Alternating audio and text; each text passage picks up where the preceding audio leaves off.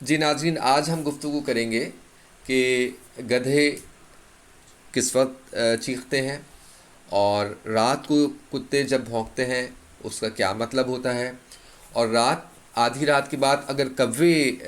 ایک کوا کہیں بولتا ہے تو اس کا کیا ہوتا ہے۔ تو یہ وہ جانور ہیں۔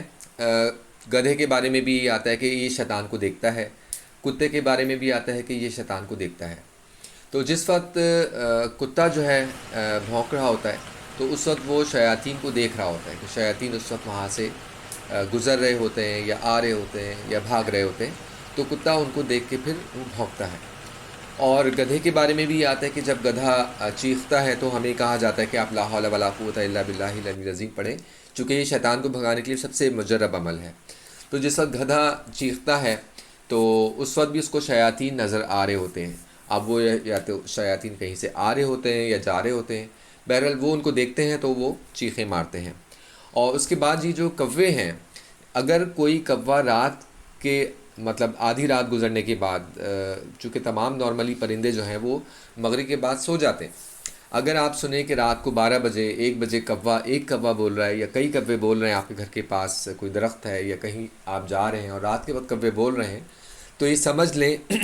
کہ جہاں یہ کوا بول رہا ہے وہاں پر یا تو کوئی کالا جادو کیا جا رہا ہے، کوئی کالا عمل کیا جا رہا ہے، یا کسی قسم کی آتماؤں کو بلایا جا رہا ہے، یا کسی قسم کی بدروحوں کا وہاں پر عمل دخل ہو رہا ہے، یا کوئی شخص جو ہے وہاں پر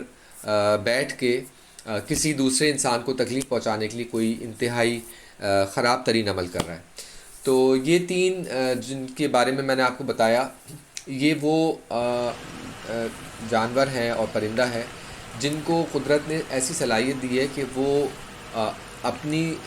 کوئی اس طرح کی ایکٹیویٹیز دیکھتے ہیں، کوئی اس طرح کی حرکات دیکھتے ہیں تو وہ اس کا اظہار کرتے ہیں۔ تو یہ سمبلز ہمارے لیے اس لیے ہیں کہ ہم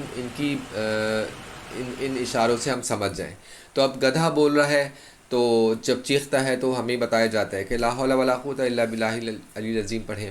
اور اگر کتا